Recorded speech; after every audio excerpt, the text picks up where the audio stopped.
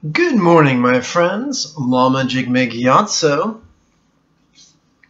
of the Buddha Joy Meditation School.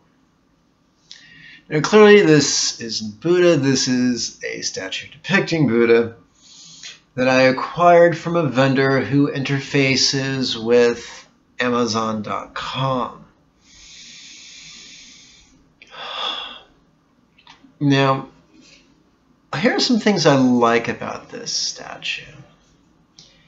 It's inexpensive. If I remember correctly, it's less than 20 bucks. It shows the Buddha in a meditation posture as opposed to a teaching posture or an earth-touching posture. Why do I like that? Because whether or not the Buddha was a real person, an exaggerated person, an imaginary person, or just an archetype, this type of a statue can be an inspiration to practice, to meditate. I like the simplicity of the robes. Basically, we see the three robes of a skirt, an upper garment, and an outer garment. Very, very simple. Over the millennia, robe styles have developed, which have become very complex and very ornate.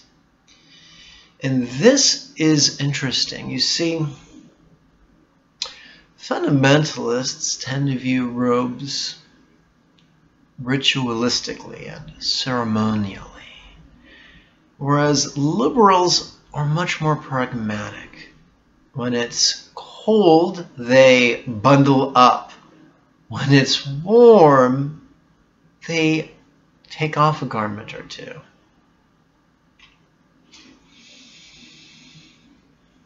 Now, what we see here, I want to draw close attention to the head. Now, of course, it has a smile, which I really like. I don't like frowning Buddha statues, although many fundamentalists do. This liberal doesn't. But when we look at the head, we see these little teeny tiny spikes like you'd find on the leather jacket of a stereotypical tough guy or a punk rocker from the 80s. We see this bump here. And growing out of the center of this bump, we see a lotus. And this lotus and this bump and these little bumps are what we like to call a fiction. There is a wonderful Zen affirmation. It's not an affirmation. It's I forget the word. It begins with an A, but it's a saying. Aphorism. That's it. And it goes like this: the enlightenment that is beyond enlightenment is not enlightenment. If you've ever been a teenage boy, you know about talking trash. You know about petty one-upsmanship. In this lifetime, having been a girl, I really can't address the female version of that, although I'm told by women it does exist. The men love talking trash. They love one-upping each other. Back in the 70s, man, guys would try to tell tales about Bruce Lee, and each tale was more and more and more exaggerated. Same thing happens with every figure of history. Buddha, Lao Tzu, Christ, Gandhi, Mother Teresa, you name it. There's exaggerations. Some exaggerations are because nature hates a vacuum and people just spontaneously make shit up. Other times people make shit up for an agenda. There are many people who practice and the techniques they use don't work. They get frustrated. And so they tell tall tales to make the accomplishments of their archetypes seem unattainable. Therefore, their failure to attain what their archetypes attained doesn't seem so bad. We see that a lot in the spiritual or pseudo-spiritual communities. And so many people teach that all these little protrusions came out on Buddha's head, and that he had a dot in the center of his forehead, And they had this big protrusion, an ushnisha in Sanskrit, a crown protrusion. And in Thailand, they said, like saying, and a lotus grew out of it. Folks, if plants are growing out of your body, you done took a wrong turn. So let's filter these artistic idealizations through a more historical perspective. In Hindu India, the spiritual community was divided into three. You had the Dravidians in South India, and in Central and North India you had both the Shivites and the Vaishnavas. Now, since the advent of Gautama, who became known as the Buddha, was in North India, we're going to deal with the Shivites and the Vaishnavas. The Vaishnava priests shaved their heads. During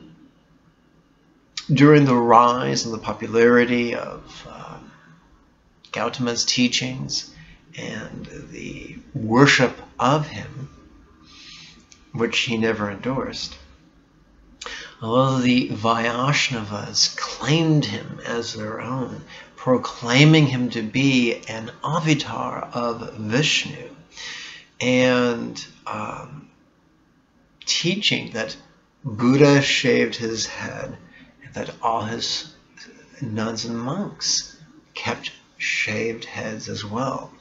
And the shaving standards vary. In parts of the Theravadan world, the shaving takes place every full moon. In parts of the Mahayana world, it takes place daily. But in some corners of the Mahayana or Vajrayana world, there are some monks who consider themselves to be yogis. And after their initial head shaving, they grow their hair out long. And to manage it, they just kind of twirl it up, and tuck it under. And it looks like a man bun or a top knot. And the same thing is done with the beards. They grow the beards out long, and then they kind of twirl it and tuck it under. And to this day, both the top knot and the beard knot, or tucked beard knot, are used by many Sikhs. Well, here's the funny thing. When you look at the most ancient Buddhist statuary, Buddha has a man bun and a tucked beard.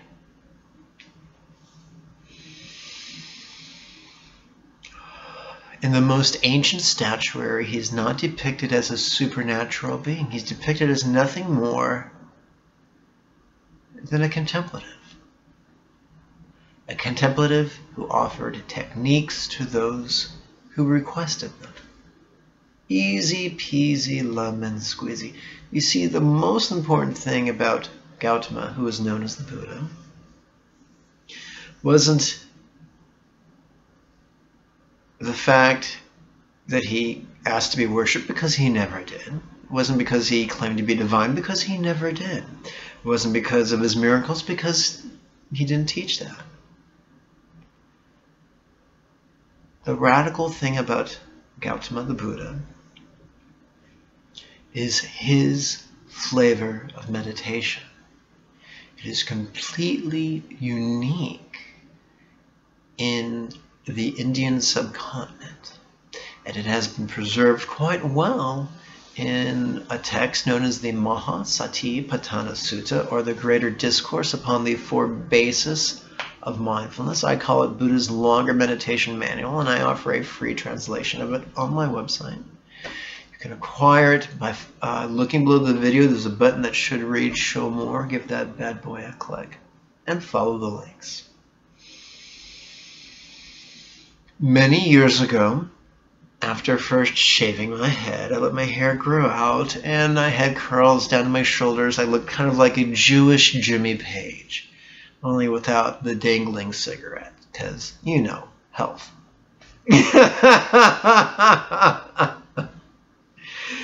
And I'm going for that again. So my hair is growing out, and I'm going for the Jewish Jimmy Page look. And I intend to grow it out long enough to wear a top knot. One of the reasons I want to do this is to remind people that a lot of the statues showing Buddha in an idealized way are just not grounded in reality, historically or anthropologically. Now, I could do that because I'm a nerd and I'm a geek and I just want to do petty one-upsmanship, which would be lame.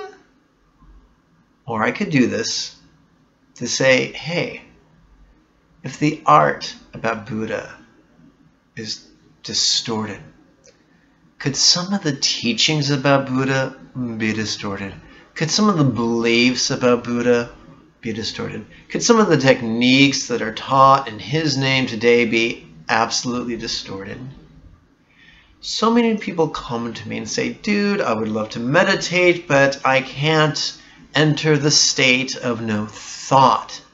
Well, guess what? You're not supposed to. That's not Buddha's path. That's the path that has been attributed falsely to Lao Tzu. And it's more pertaining to Chinese, or the shamanism of the Han people than anything else. Some people say, dude, I can't meditate because my concentration is flawed. Well, good, because concentration is the purview of Hindu meditation, not Buddhist meditation. Concentration is rigid inherently. Mindfulness is lucid and flexible by nature. And it's the path of mindfulness, of sati, that Buddha taught. Flexible, lucid, relaxing, spontaneous mindfulness. So in the weeks and months and quarters to follow, you will most likely see my hair getting longer and curlier, and yeah, that's my intention today. Who knows what adventures will come my way. Now, there are a lot of douches with man buns. I'll try very hard not to be a douche.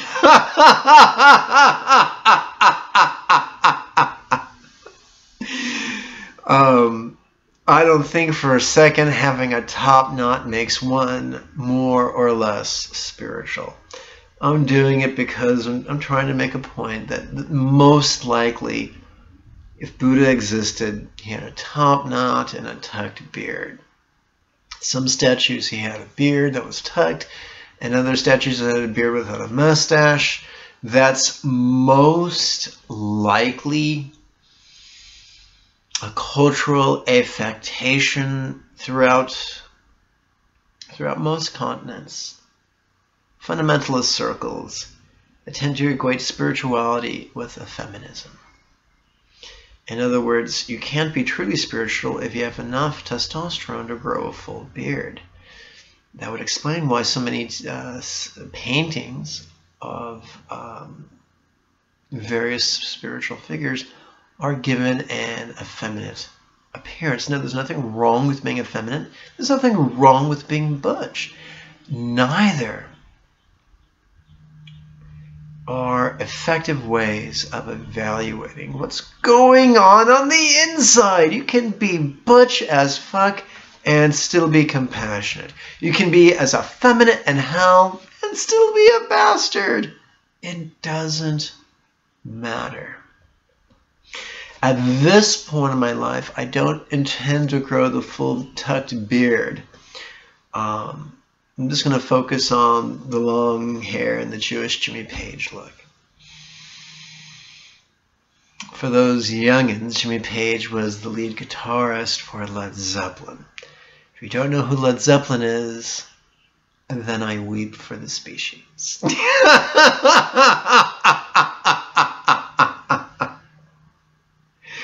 So that's all the news that's fit to print, my friends. If you got questions, then spell them out for me in lurid detail in the comment area below. And I'll do my best to get back to them via video in a timely manner.